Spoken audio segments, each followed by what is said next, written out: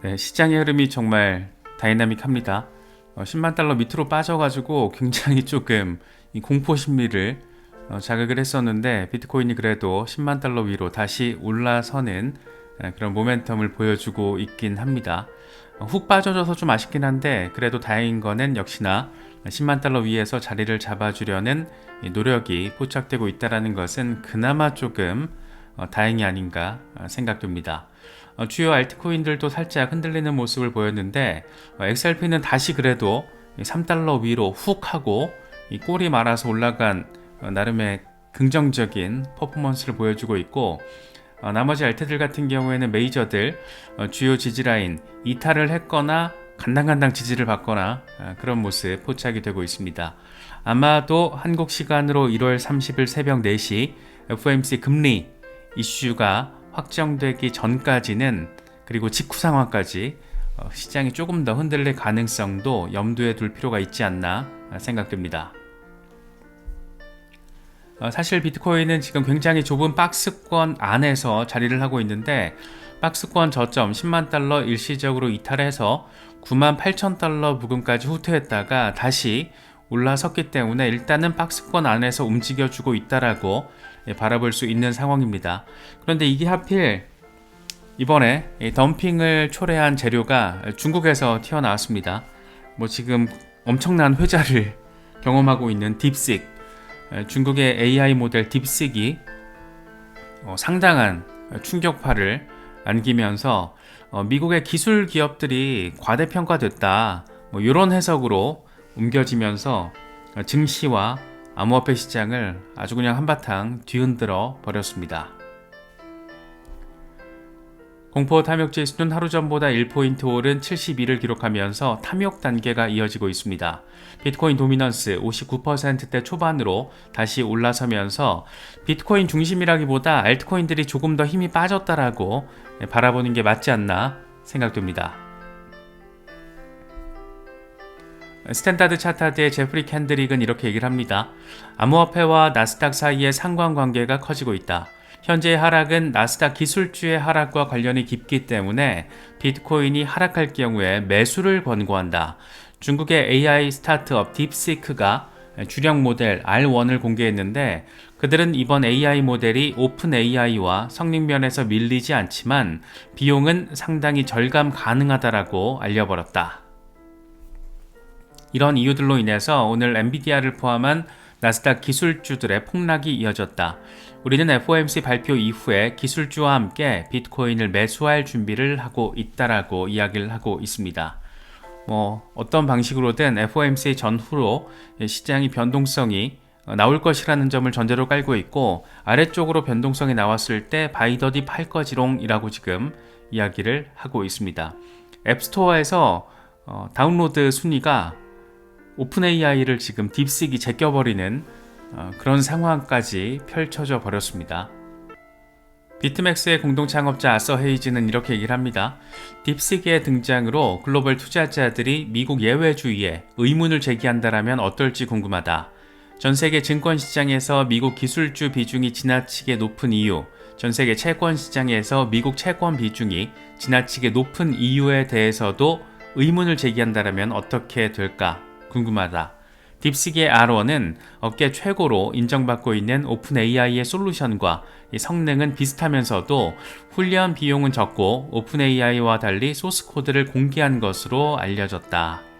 이렇게 이야기를 하면서 나름 딥식의 어떤 장점에 대해서 이야기를 던지고 있습니다. 그런데 저는 사용해 보니까 사실 굉장히 가성비가 좋긴 한데, 이게 오픈 AI의 챗 GPT 5.1 추론 측면에서는 조금 후달린다라는 느낌이 좀 들더라고요. 그래서 일단 속도 면에서 중국 AI 기업들의 기술력이 엄청나다라는 게 이번에 증명이 됐다라고 바라보는 건 맞지만, 미국 시장의 기술력을 다 엎어버릴 정도인가에 대해서는 개인적으로는 약간 퀘스천 마크, 이런 생각이 들기도 했습니다. 사실 아서이지 같은 경우에는 지금 전체적으로 시장 상황과 관련해서 비트코인의 추가 하락 가능성이 있다는 점을 강조하기도 했죠.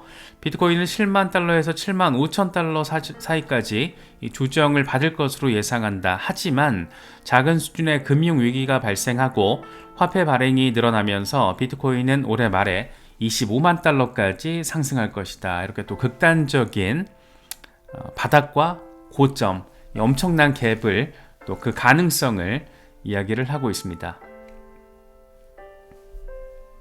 애쉬 크립토, 트럼프가 보안상의 이유를 들어서 딥식을 미국에서 사용 금지할 거라는 소문이 돌고 있다. 이거 진짜라면 엄청난 일이 될 것이다. 이렇게 또 나름 암호화폐 커뮤니티에서는 이런 이야기들도 루머 비슷하게 지금 돌고 있는 상황입니다. 그런데 정작 트럼프는 사실 조금 의외로 딥식과 관련해서 긍정적인 반응을 내보이기도 했습니다. 중국 기업의 AI 딥식의 출시는 우리 업계가 경쟁에서 승리하기 위해 집중해야 한다라는 경각심을 불러일으켜야 한다. 중국의 일부 기업들은 더 빠르고 훨씬 저렴한 인공지능 방법을 개발하기를 원한다. 그렇게 되면 돈을 많이 쓸 필요가 없기 때문에 좋은 일이다. 기본 베이스는 우리가 갖다 쓸 수 있기 때문에 오히려 다행이다라고. 야, 이 속내는 또 뭘까? 왜 이렇게 또 이 상황 자체를 긍정적으로 평가를 하고 있는 걸까? 중국과의 어떤 관세 전쟁 이슈가 본궤도에 오를까 말까 하는 오르고 있는 그런 상황에서 이런 평가는 또 어떤 맥락적인 함의를 갖고 있는 것일까? 그 배경에 있어서 궁금증을 갖게 만드는 그런 멘트이기도 합니다. 워낙 속내를 조금 알다가도 모를 그런 법한 경우가 많았잖아요. 그래서 트럼프의 이런 멘트가 어떤 맥락적인 배경을 갖고 있는지 그것에 대해서 상당한 궁금증이 피어오르는 그런 상황이기도 합니다. 마이클 반데포페, 단기적인 충격과 패닉 반응으로 인해서 암호화폐가 하락했다. 흥미로운 진입 영역에 도달했는데 지금 수준을 유지하지 못할 경우에는 저점을 보게 될 것이다. 여차하면은 9만 달러 중반까지 9만 4천 달러 정도까지 후퇴할 수도 있는데 여기는 매수 구간이지, 바이 더 딥 해야지. 그래서 이런 얘기도 던지고 있습니다.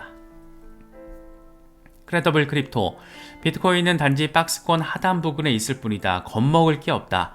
위쪽으로 가기 전에 아래쪽에서 유동성을 확보하는 차원으로 바라볼 수 있다. 조금 더 빠진다라면 그 저점을 주목해야 한다. 역시 좀 더 빠질 수 있고 좀 더 빠지더라도 유동성 확보 관점에서 바라본다라면 긍정적으로 이제 더 큰 도약을 위한 어떤 준비 과정으로 바라볼 수 있기 때문에 쫄 필요 없고 더 빠지면은 바이 더 딥을 위한 기회가 될 거야 라는 점을 강조하고 있습니다. 크립토 시저, 비트코인은 곧 큰 반전을 선보이게 될 것이다. 이건 정말 엄청난 기회가 될 것이다 라는 점을 이야기를 하고 있습니다. 다행히 이렇게 가지 않고 지금 이렇게 가는 모습을 보여주고 있는데 여기서 안정적으로 조금 갔으면 좋겠는데 아마 여기 어딘가에서 한 번 더 이렇게 출렁임이 있지 않을까 싶습니다. 연준의 FOMC를 계기로. 렉트캐피탈, 이번 사이클 포물선 단계는 비교적 초기 단계다. 역사적으로 평균 300일 정도 이 포물선형 흐름이 지속이 됐다. 이번 사이클에서는 지금 고작 82일째 이어지고 있는 것이다. 아직 갈 길 많이 남았고 사실 참 어렵죠. 이 패턴의 반복성이라는 걸 과연 어느 정도까지 우리가 대입을 시켜야 될 것인가, 그게 참 어려운데 이건 약간 신뢰의 문제와도 맞닿아 있지 않나 생각됩니다. 이런 게 이제 불신의 강도가 조금 더 큰 분들은 시장에서 나가 떨어지거나 털릴 가능성이 높고, 신뢰가 조금 부족하다 싶은 경우에는 사실 암호화폐 시장은 함부로 들어오면 안 되는 곳이라고 개인적으로 생각이 듭니다. 그래서 빡센 리서치가 사전 전제로서 필요한 거고, 그 과정이 배경으로 깔려서 신뢰가 있고 그걸 통해서 전략적으로 대응했을 때 목표 달성의 확률, 가능성이 높아지는 거지, 뭣도 모르고 남들 오른다니까 더 오른다니까 한번 해볼까 이렇게 들어왔다가는 정말 이 마켓 메이커들의 엄청난 이 잔혹성을 통해서 털려나갈 가능성이 되게 높습니다. 그래서 이런 것들이 조금 신뢰가 없다라는 분들은 사실 암호화폐 시장은 좀 위험하다 이렇게도 바라볼 수 있지 않나 개인적으로는 조금 생각이 듭니다. 비슷한 얘기인데 이 베어 트랩이 지금 끝났다라는 걸 보여주고 있는 거죠. 이번에 베어 트랩이었고 갈 거야. 유포리아 단계까지 가기엔 아직 멀었고 우리는 지금 포모도 경험하지 못하고 있어. 2021년 강세장을 경험해 보신 분들은 이 포모 심리가 얼마나 사람을 정신을 혼을 나가게 하는지 아실 거예요. 그 포모 단계까지는 우리가 아직 못 느끼고 있잖아요. 그래서 지금은 개미들이 던지고 고래들이 받고 있는 그런 상황이기 때문에 아직 포모 단계까지 멀었고 이제 막 베어 트랩에서 이제 빠져나갈 단계야. 이제 좀 있으면은 다시 한번 옵티미즘이 다시 한번 고개를 들 거고 이게 강화가 되면서 포모 단계로 갈 거고 그렇게 유포리아 이 진짜 극락의 느낌을 안게 될 거야. 그런데 문제는 뭐냐면 유포리아는 지나고 났을 때 저게 유포리아였구나 라고 알 수 있다는 거죠. 그래서 이 정도 수준부터는 분할 매도를 통해서 이제 엑싯 준비를 해야 되는데 이게 또 엄청 어렵습니다. 그래서 어느 정도 막연하게 더 오른다 뭐 이런 심리가 좀 짙어질 때는 이제 이번 사이클 빠져나갈 타이밍이구나 라고 생각을 해야 되는데 그게 참 어렵죠. 그래서 같이 좀 공부하면서 잘 대응해야 되는데 아무튼 뭐 아직까지는 그거 고민할 때는 아닌 것 같고 베어 트랩은 이제 끝났다라고 바라볼 수 있지 않나라는 기대감을 보여주는 그런 차트입니다. 이 디스페어 절망의 단계를 우리가 16,000달러 이걸 경험하고 이제 다시 이렇게 왔었죠. 한 절반 정도 온 것 같기도 하고 뭐 그렇습니다. 코인데스크 같은 경우에는 91,300달러가 깨질 경우에는 75,000달러까지 하락 가능성이 있다라는 점을 이야기를 하고 있습니다.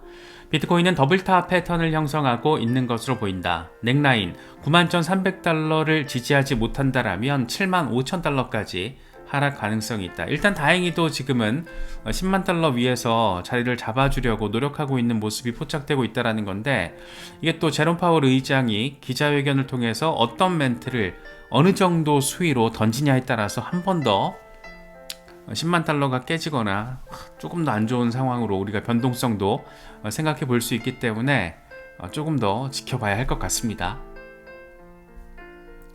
이 와중에 고래들의 움직임은 엄청 전폭적입니다. 떨어져도 사고 올라도 사고. 마이클 세일러 평균 단가 105,596달러에 11,107개를 추가로 매수했다. 11억 달러 규모.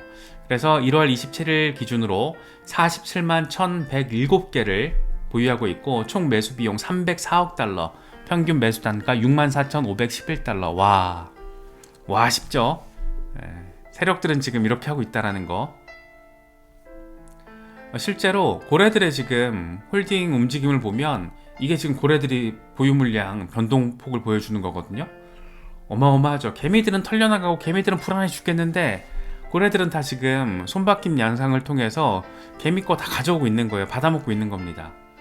이게 어떤 걸 의미하는지 이제 아시는 분들은 아실 거고 모르시는 분들은 뭘 해야 된다? 공부해야 된다. 막연하게 접근하면 정말 막연하게 털린다. 되게 위험한 시장이라서 위험자산 시장이라고 한다라는 거 한 번 더 이런 걸 바라보시더라도 이게 느끼시면서 현명하고 계획적으로 전략적으로 우리가 접근을 해야 된다. 막연하게 벼락부자 진짜 갑자기 폭등하는 것만 생각하다가는 항상 그 정반대 상황으로 당하는 경우를 많이 보게 되는 것 같아요. 그래서 그런 부분들도 잘 체크하시면서 지금 고래들은 어떤 움직임을 보이고 있는가 이런 부분들도 잘 챙기시면서 설 연휴 이제 본격화되고 있는데 연휴 잘 보내시면서 즐거운 시간 만드실 수 있으면 좋겠습니다.